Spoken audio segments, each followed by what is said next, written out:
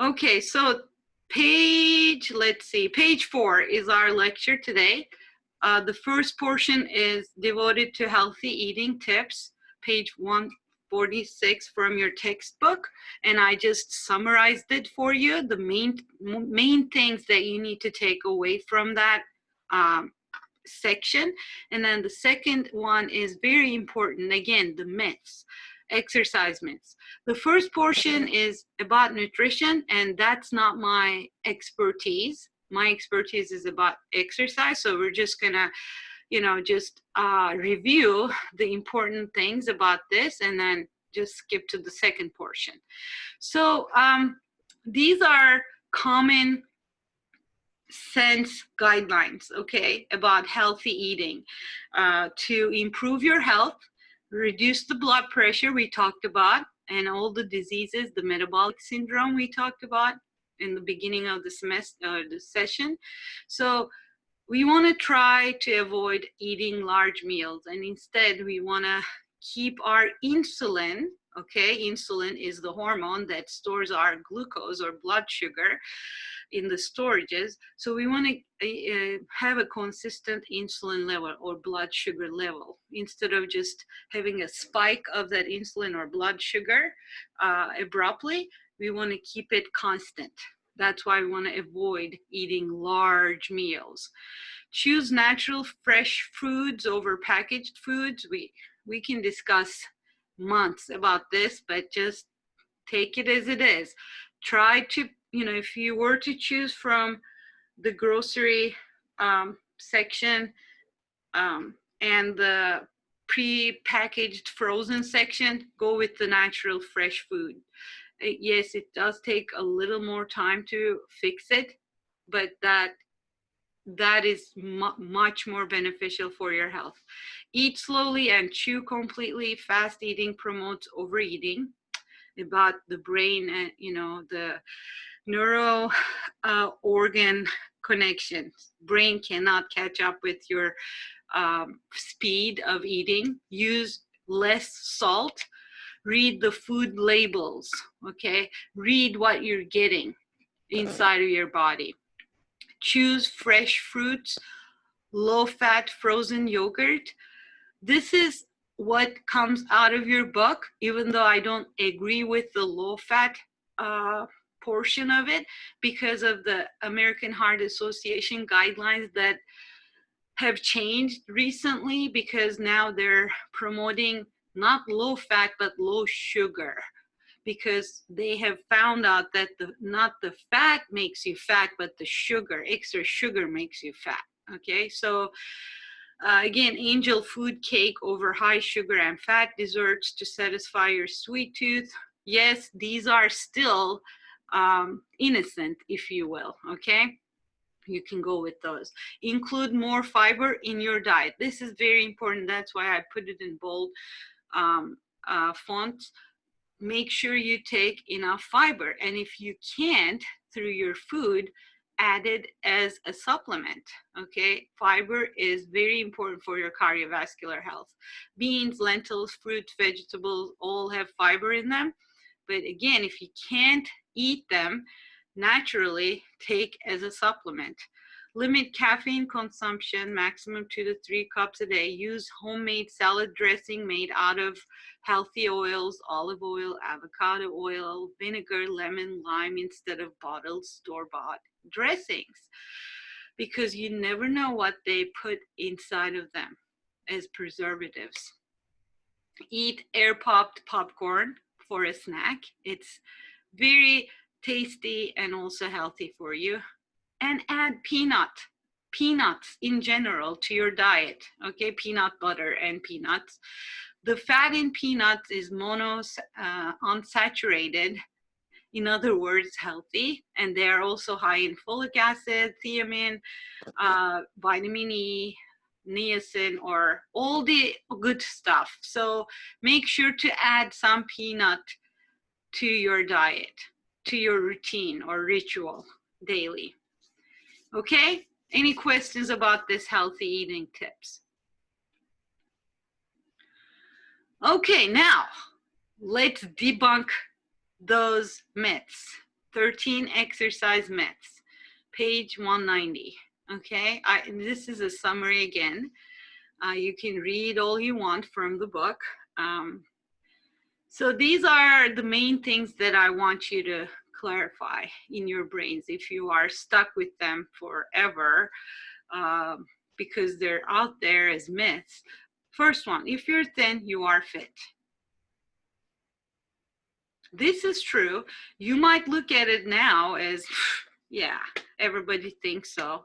But even from you guys, I can tell, you know, those the warm-up videos that you're showing me the link to, or the cool down, those, you know, social media gurus or the influencers that you're following with 10 million followers or 7 million, they have those many million followers just because they're thin, because they look fit, but it doesn't mean that they're fit.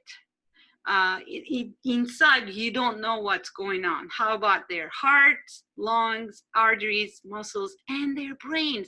Do they really know what they're doing? Do they really know what they're talking about?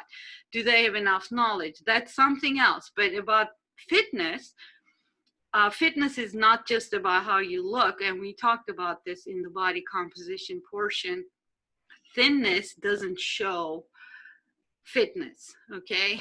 If you are muscular, more developed, you might not look as thin, but your heart might be developed, very strong. Your lungs would be, you know, clean, fresh, pumping that air, arteries clean, muscles strong, but you might not look that thin. There is this terminology or term that we use in our field called skinny fat people.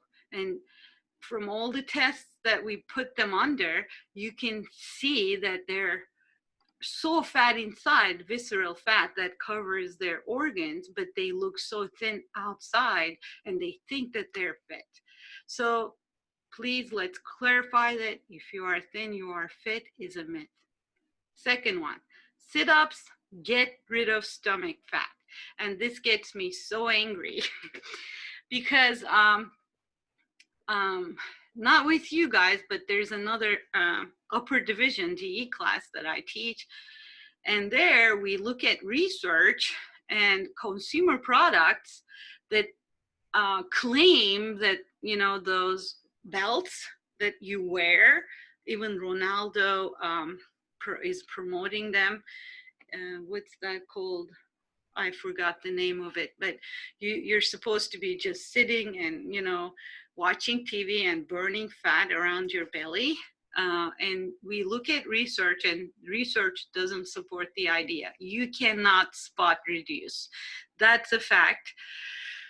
And we teach this, and they even write papers on it. And then at the end of the semester, when they design their workout program based on their goals, they still put this in their program saying, you know, I'm just going to add those core exercises to get rid of the stomach fat that I have on in my belly region.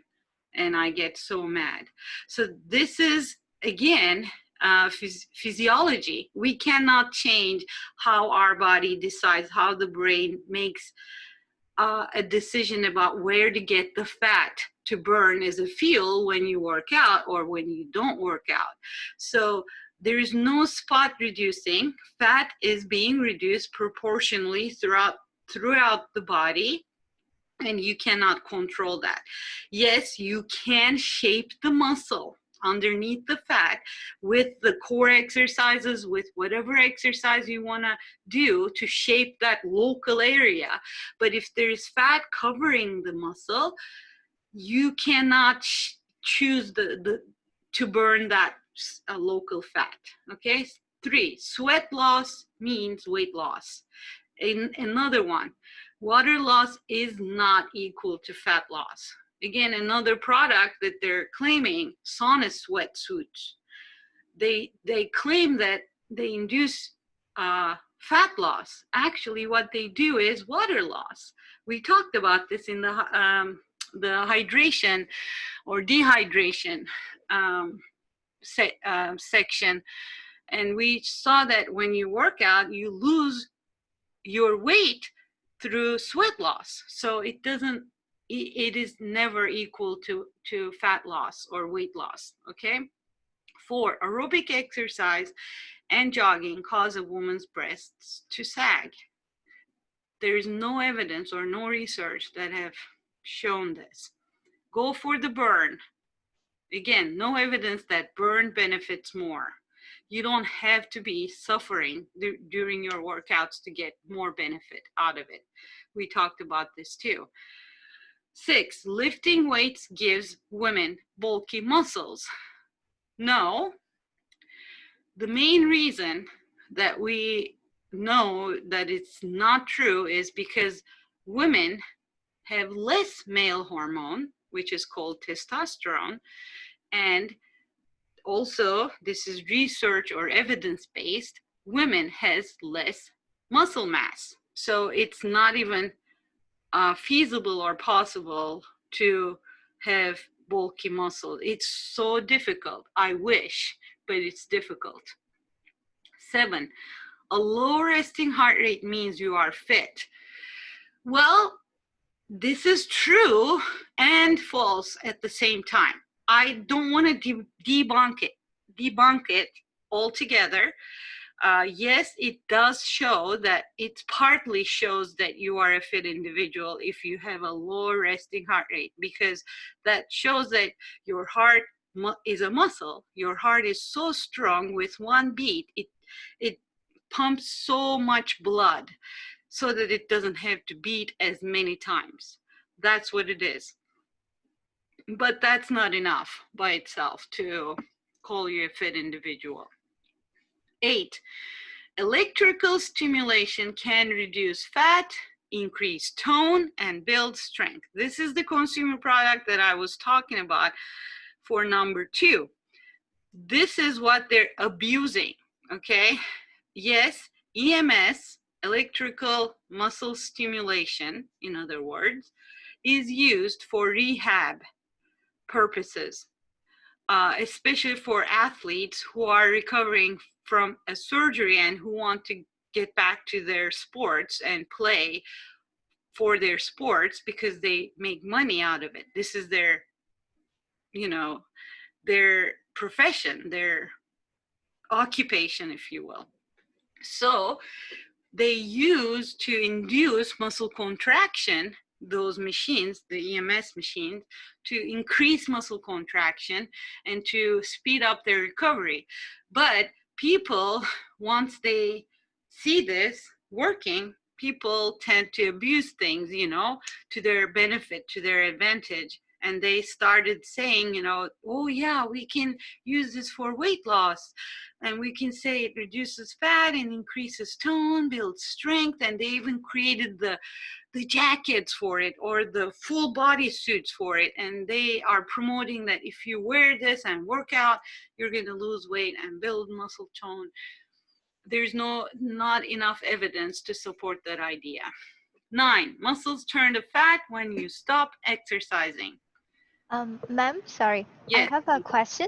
Mm-hmm. So the electrical stimulation that you say, is it the one that they promote? There's like a black piece of things that that you stick on your abs, and then it will like kind of shock you. Is that the product? Yes. Okay, okay. Exactly. With the electrodes that you stick to your stomach, or you can wear it as a belt. Or now they created the vest or jacket form, or even the legs. You just wear the whole thing as a bodysuit like an astronaut, and then they stimulate you with electrical signal, very low dose, of course, and then they make you work out at the same time so that you are, let's say you're squatting still and getting the benefit, but the EMS is contracting the muscle even more. And I'm not even sure if it's safe to do. So, sorry, just so that I understand. So for people who are athletic and are already in good condition, then this is beneficial. But for others that are not as much, then it wouldn't be as beneficial, right? It's beneficial for rehab for everyone. Yeah, for rehab, but not for just on a No. regular basis. Yes, exactly. It's an overkill, if you will. Why would, I mean, how could I explain this? You know, you have a headache, but you're taking a Vicodin for it. Does it make sense? Yes, it is beneficial, but it's good after a surgery. Okay, yeah, it makes sense. Yeah. But it's not beneficial to reduce fat. Let me be clear about that. It's beneficial to increase muscle contraction because the connection between your spinal cord or nervous system and the local area, which is the muscle, is kind of disconnected or broken. So you're trying to build that connection back with external stimulation. Like that external stimulation is replacing your nervous system. That's why it's benefiting your body by replacing the nervous system stimulation and stimulating the muscle externally and reminding the muscle that, yeah, it's there, just contract, just for rehab purposes. But if your nervous system is already working and your muscle, they're all connected, why would you need that? Does it make sense? Yeah, it makes sense. Yeah. Okay, so muscles do not turn to fat, fat do not turn to muscle. Okay, so those are two different tissues in the body, just like your heart and lungs. One cannot turn into another. Fat cannot change to a muscle tissue, and muscle tissue cannot to the fat tissue. So when you stop exercising, what happens is that muscles are there, but they lose their tone, so they just shrivel, like they lose their tone and firmness, and then you eat more. You end up eating more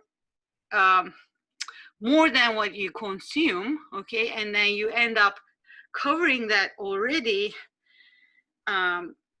shrunk muscle tissue with fat tissue, so you won't even be able to see the muscle underneath the fat.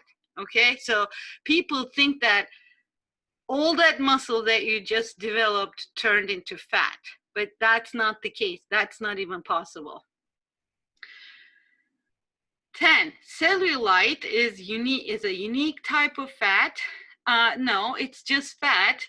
It's excess fat bulging between connective tissues under the skin, collagen, the connective tissue that keeps your skin firm. It's just bulging through that collagen and giving that orange peel appearance.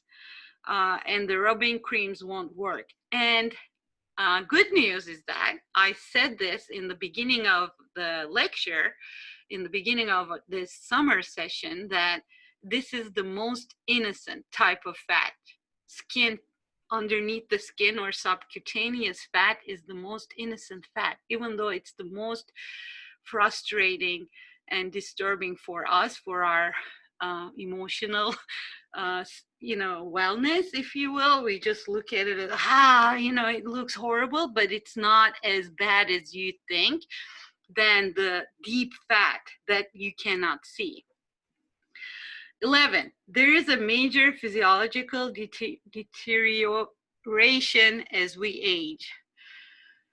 There is slight tendency toward reduced everything when we age, performance and cognition, but there's also evidence, very strong evidence from research, that people who continue their aerobic conditioning maintain their capacity.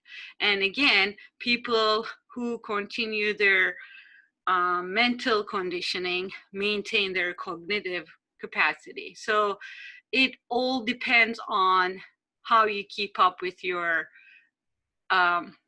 daily practice, if you will, about anything, physical or mental. 12, free weights are better than machines. That is a very strong statement, and that's not true. It depends on where you know, what your perspective is. For core exercises, it is kind of better, but there are pros and cons of both of them. For beginners, machines are better. You know, for some exercises, free weights are better than machines, so there's no such statement. And the last one, weight gain is inevitable as you get older. Same thing or similar as the number 11. This is, again, not your destiny. Actually, this is more related to reduction in physical activity. Okay, so it's not the destiny, but people tend to move less as they get older because they have more pain, they have other stuff in their life, more other engagements, and you know, less activity will lead to less loss of muscle mass, which leads to reduction in metabolic rate. We talked about if you don't have enough muscle mass, your metabolism will slow down, which leads to gradual accumulation of body fat. And the best way to avoid that is to include both aerobic exercise and weightlifting or resistance training into your daily life, a little bit every single day. And we talked about it. It doesn't have to be continuous. You can do 10 minutes in the morning, 10 minutes in the afternoon, and 10 minutes at night, and you'll be squared away for the rest of your life. That's it. Any questions? I'll stop recording now. Let's get the questions. I think these are all interesting topics.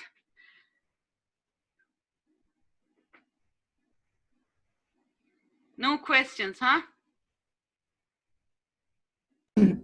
Professor, actually, I think all the myths is not, you know, it's just something that it's not always false. And sometimes it's just like you say, probably it's not, it's could be true, could be false at the same time.